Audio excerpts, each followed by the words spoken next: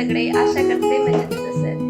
तर आज आहे रविवार, रथसप्तमी. आमच्याकडे एक पाहुणा येणार आहे, तर तो तुम्हाला आला की मी नक्की सांगेलच, पण तो येणार आहे म्हणून जरा गडबड चालू, म्हणजे जेवण पण बनवायचं आहे त्याच्यासाठी आणि त्याला घ्यायला पण जायचं. म्हणजे तो पहिल्यांदा येतो इकडे, तर त्याच्यामुळे त्याला घ्यायला जायचं, त्याला माहिती नाही तर. सो मग मी तो आला की तुम्हाला दाखवते. आणि तो राहणार आहे, त्याच्यामुळे आता तर सध्या मी काहीतरी साधं वगैरे जेवण बनवेल आणि रात्री बघू काहीतरी त्याच्यासाठी पाहुणचार वगैरे करावा लागेल. तर बघा, हा आलाय सत्यम, आम्ही त्याला घरी पप्पूच म्हणतो. तर हा पुण्याला राहतो, म्हणजे आम्ही पण पुण्याला राहत होतो.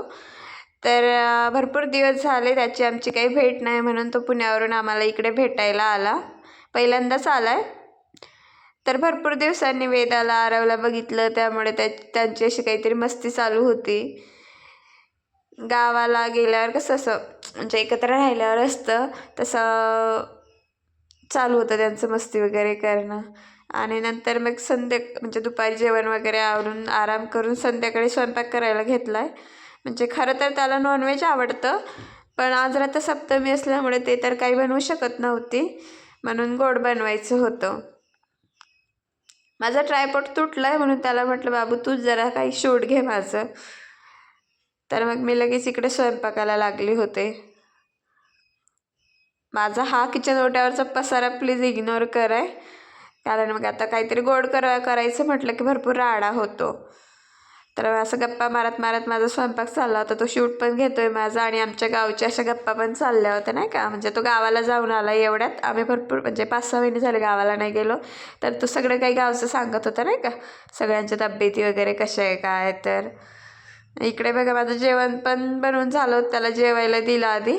खीर, छोले मसाला, पुरी असं काही बनवलं होतं.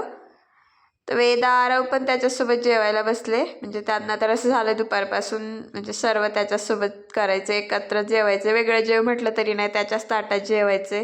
ती तर त्याच्या मांडीवरून उठना झाली. तर त्यांना विचारत होती मी कसं झालं आहे, म्हणून मला सांगत होते नाही का, त्या हाताने छान झालं आहे छान झालं आहे. आणि दुसऱ्या दिवशी जायच्या वेळेला आमचं काही असं फोटोशूट चालला होता, पप्पू दादासोबत फोटो काढायचे नाही का, आलाय तो भेटायला म्हणून आम्हाला स्टेटसला लावायला. तर मग बघा ती कशी पप्प्या वगैरे घेते. त्याच्या नंतर तो जायला निघाला. वेदू जाऊ की नको जाऊ की नको, तुमचे झालं होतं त्याचं पण म्हणलं होतं जायला, पण काय करणार, ड्युटीवर जायचं होतं त्याला, तर निघावंच लागलं. ती आली माझ्याकडून ये म्हटल्याबरोबर, पण लगेच त्याने बाय केलं की लगेच रिटर्न गेली त्याच्याकडे. तर बघा कशी रिटर्न गेली लगेच. आणि चल म्हटलं आपण त्याला सोडवायला जाऊ. तर तो तिला बाय करायला सांगतो आहे. आणि ती बघा, म्हणजे तिचं असं झालंय त्याच्यासोबत पण जायचंय, पण मम्मी येते की नाही.